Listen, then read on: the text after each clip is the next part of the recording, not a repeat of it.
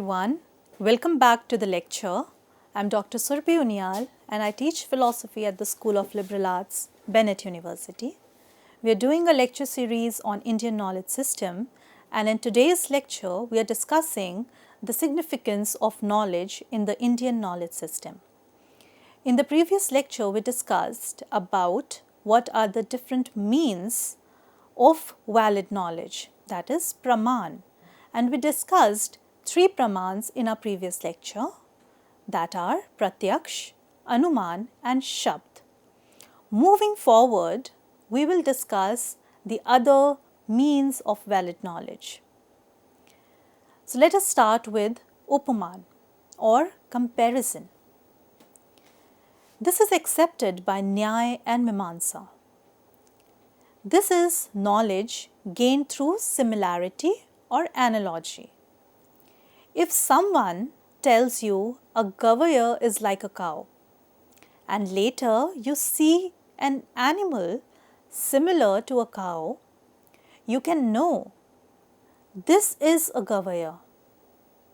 The knowledge comes not from direct perception of gavaya being pointed out to you, not from inference and not exactly from testimony, but from recognizing similarity.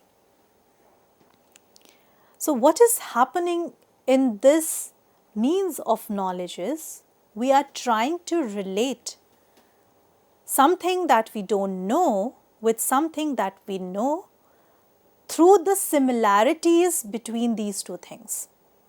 So we are trying to identify the similarities, and on the basis of these similarities we try to relate something that we are seeing which we don't know with what we already know.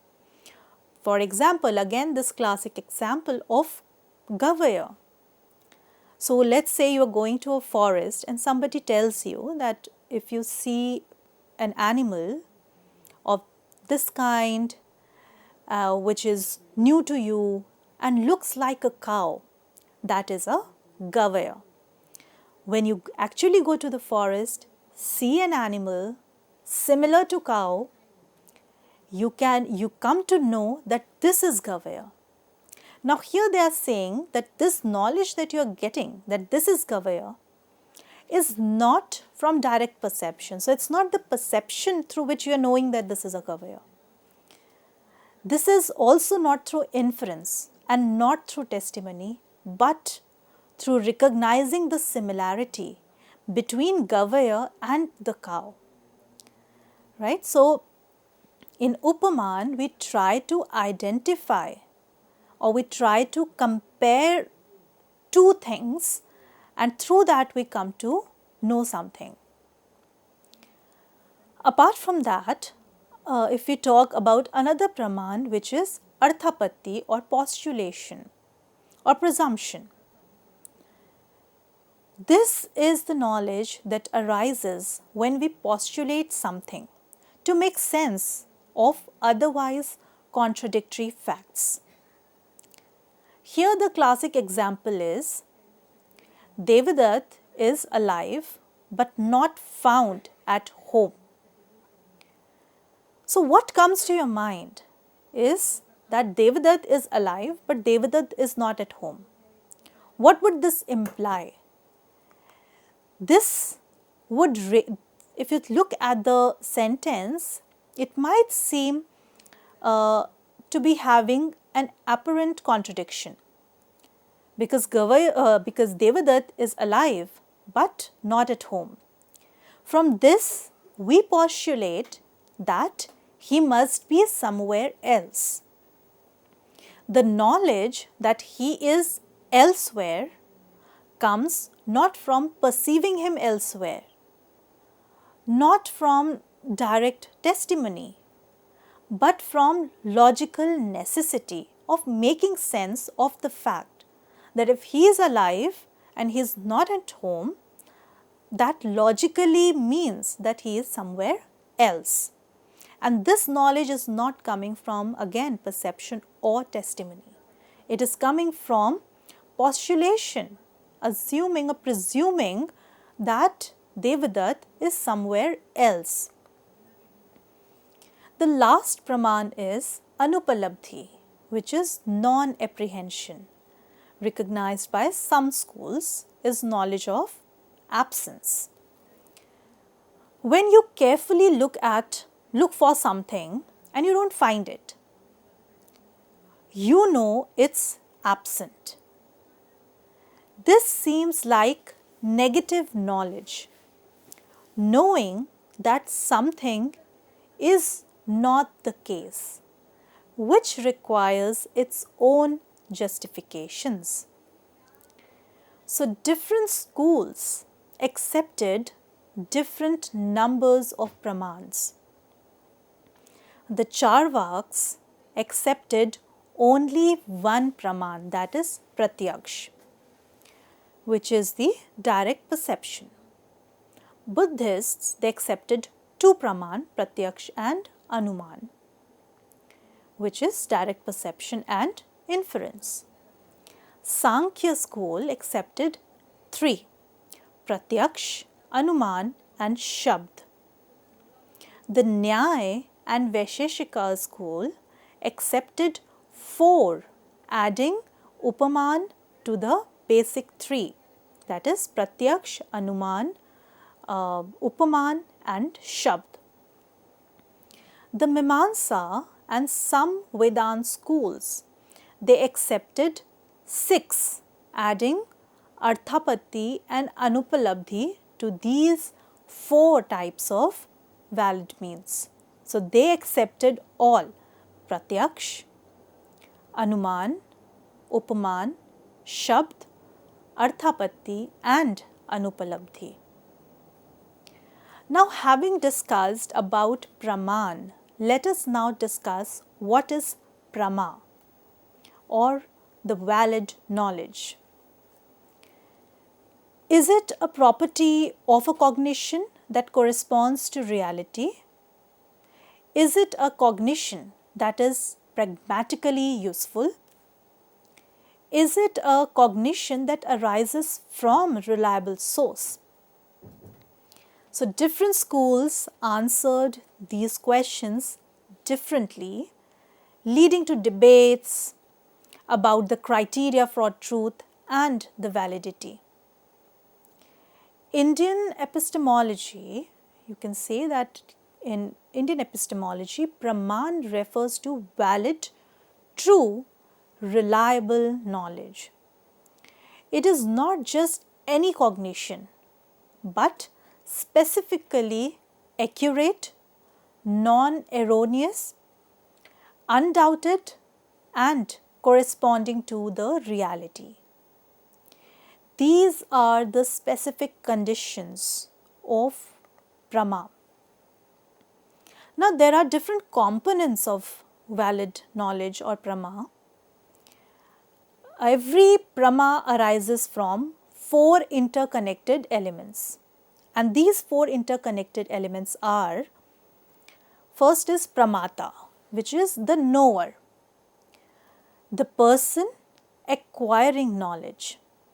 So, in order to have knowledge, there needs to be a knower who is acquiring this knowledge. Then this knower would need some means of knowledge.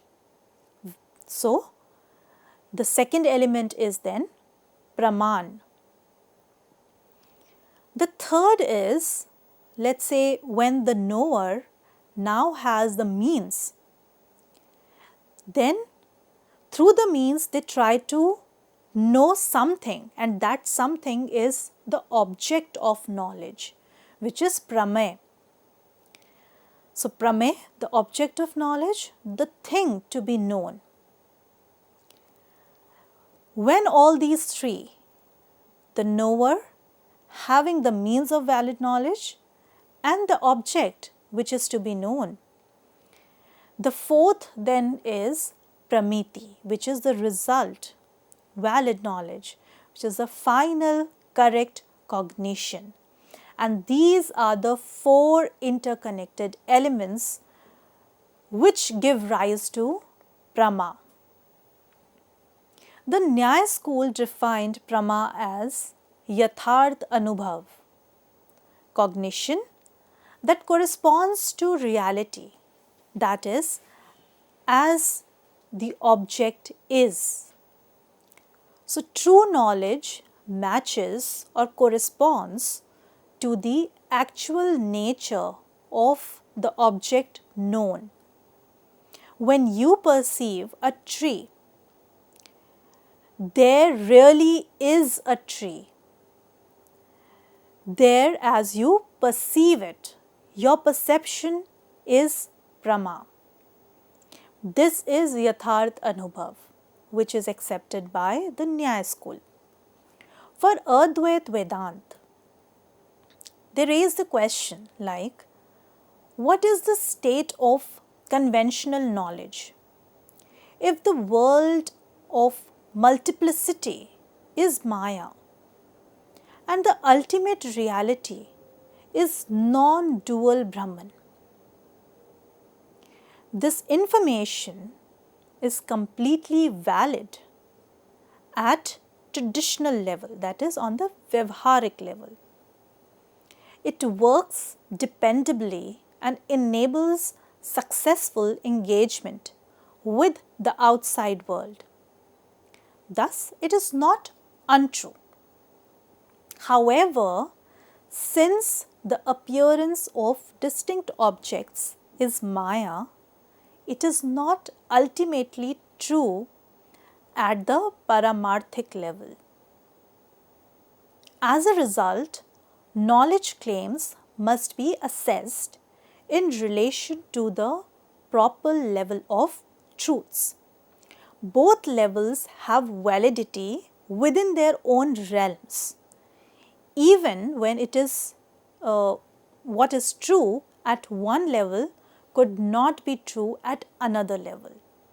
So, here we can see interestingly that knowledge has been, you can say, distinct type of knowledge has been talked about depending on whether it is on the Vyavharik level or whether it is at the paramarthic level. And they are mentioning that both can be true individually of the individual realm that they belong to, even when they might not be true if you change their level. So, what is true in one might not be true in the other, but they are individually they are true. Now, these were the discussions on the valid means of knowledge, what are the elements through which we get knowledge, and then what knowledge or Prama, valid knowledge or Prama really is in different schools of Indian philosophy. The question now is, what is the relevance of these topics, these debates in today's time? How can we relate these epistemological frameworks in today's knowledge inquiry? So, the Indian emphasis on epistemology, on carefully analyzing the means of valid knowledge before making substantive claims about reality, seems more relevant than ever in our age of misinformation and competing truth claims, where we know that our lives in this era is filled with misinformation, which is very easily available at different platforms. In this world which is filled with misinformation, Indian epistemological framework can provide a relevant way of knowing, which can help us remove these misinformations which are available, which are there around us all the time. How can we do that? We know that we are drowning in information, but we often lack this kind of sophisticated framework for evaluating what is reliable and what is not. The Indian tradition's insistence on clearly identifying the praman, the source and the method of knowledge claim, could be useful. When we receive a message, when we see something on social media or different media platforms which is filled with misinformation, we can evaluate it by thinking, by reflecting what is reliable, whether what we are receiving as information, whether it is actually reliable or not. How can we do that?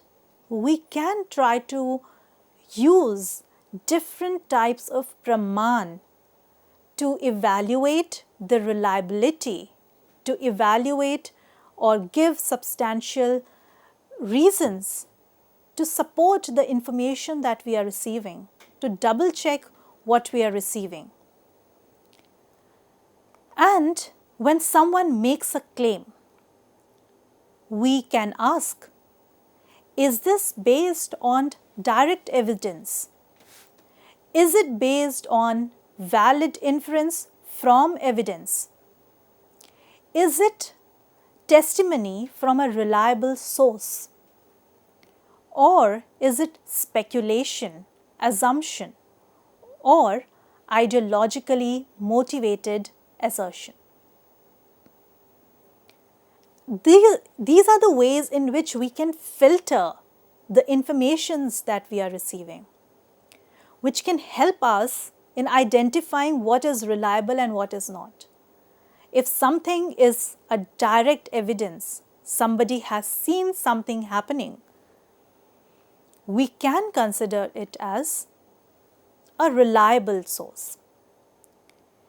If we have valid inference, if we are able to give good evidences, hetus, reasons, we can give examples and substantiate what information we are giving to others or what we are receiving from the others. That will make the knowledge claims stronger. We can also ask, is this what we are receiving is coming from a reliable source? The person who is competent to deliver that information to us or not? And we can then relate different levels or different parameters of what is considered to be a testimonial, the person who is an Apta Purush, who that is, whether it is coming from that or not. Secondly, the distinction between the lower and the higher knowledge, between a Paravidya and a Paravidya. That also raises important questions about the aim of education. We see that modern education is heavily focused on technical skills, professional training, and knowledge that leads to economic productivity. Whether that is enough, whether that is sufficient or not, that is what we need to ponder upon. And if we take again these different types or different levels of knowledge between Aparavidya and Aparavidya, these are important to help us understand that whether these trainings that we are receiving, which are technical skills, professional training and economic productivity, are they sufficient? The Indian tradition would say, no, they are not sufficient. That education should also address deeper questions about meaning, purpose, ethics and self-understanding.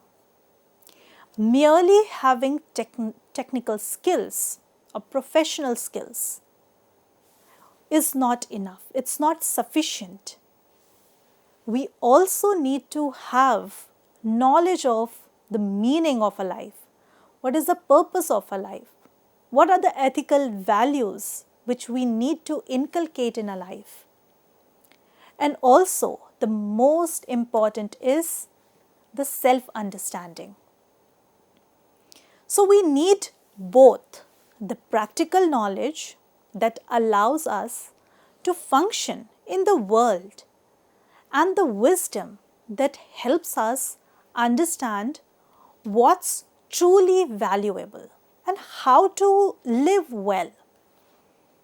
The Indian framework suggests that the highest knowledge is self-knowledge, understanding one's own consciousness and nature. This isn't opposed to empirical knowledge, but it complements it. This has also been the focus of new education policy, which has tried to integrate these two types of knowledge, which saw that just technical skills, professional skills are not enough. We also need to value self-knowledge. We also need to value ethics. We also need to value consciousness. And these together are beneficial for us. So we need both of them to work together and to complement each other and not to distinguish them and read them separately. The Indian practice of Vad, which is debate or dialogue, has something to offer our divisive times that we are in now.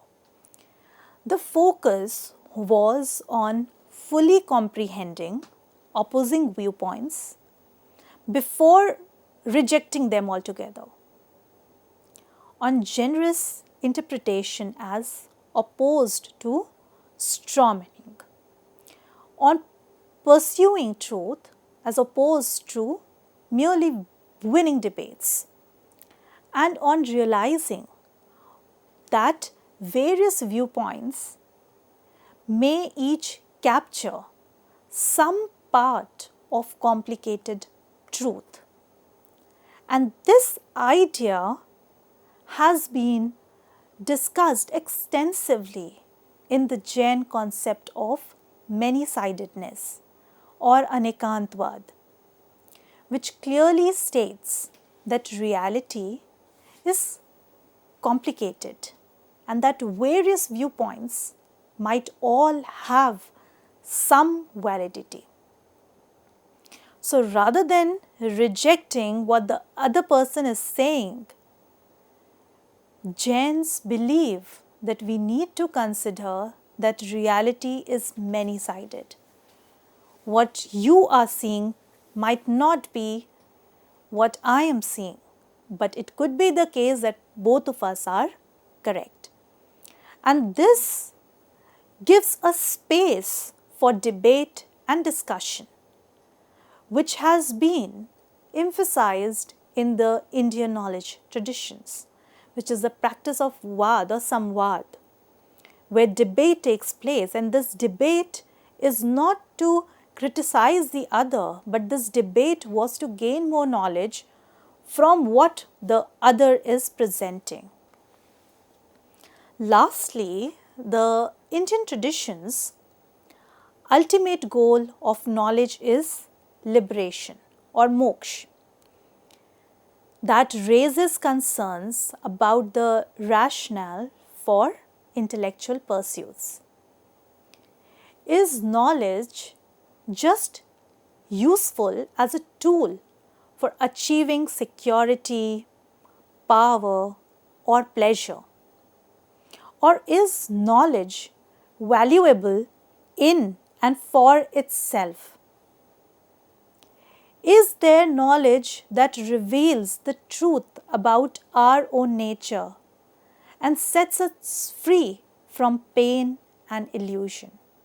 what this knowledge is really aimed for. Why do we need it? Is the question. So these existential and philosophical issues are really directly addressed in contemporary education now.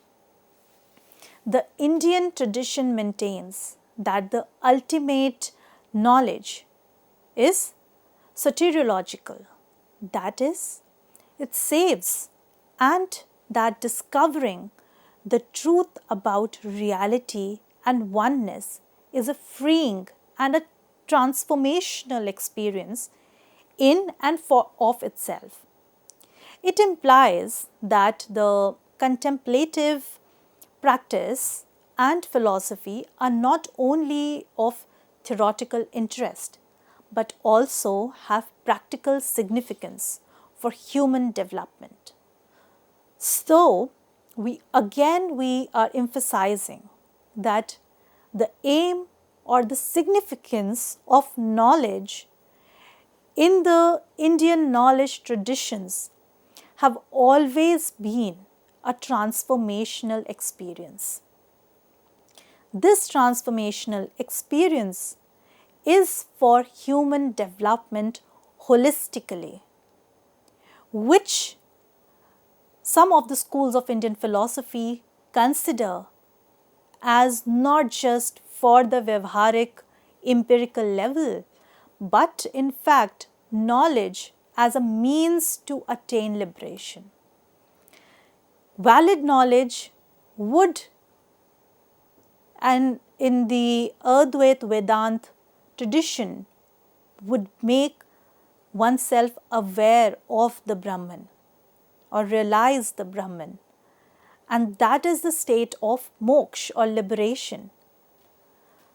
So knowledge, we can see again, it has always been considered as not just discovering the truth in the Vyavharik level, but also something which is transformational. It's existential, it's trying to make sense of who we are and therefore leading to the human development. So the fundamental insight that makes Indian epistemology distinctive and relevant is its understanding that knowledge is not neutral or merely instrumental, but it is transformative and it is liberating. Something we can say that knowledge is not, again repeating myself, that knowledge in the Indian tradition is being considered as something which is liberating, something which is transformative, something which is leading to the human development holistically, realizing oneself, realizing that again from the Advait Vedantic perspective, realizing the Brahman, which is in itself liberating. The highest knowledge, Paravidya, is not just information about something external, but direct realization that transforms the knower. This is why Indian philosophy begins with epistemology, because faulty knowledge perpetuates suffering, while valid knowledge leads to freedom. In our contemporary context, where information is abundant but wisdom is very little, we have unprecedented access to data, but the struggle with meaning and purpose, where technical knowledge advances rapidly but self-understanding lags behind. The Indian framework offers these crucial correctives.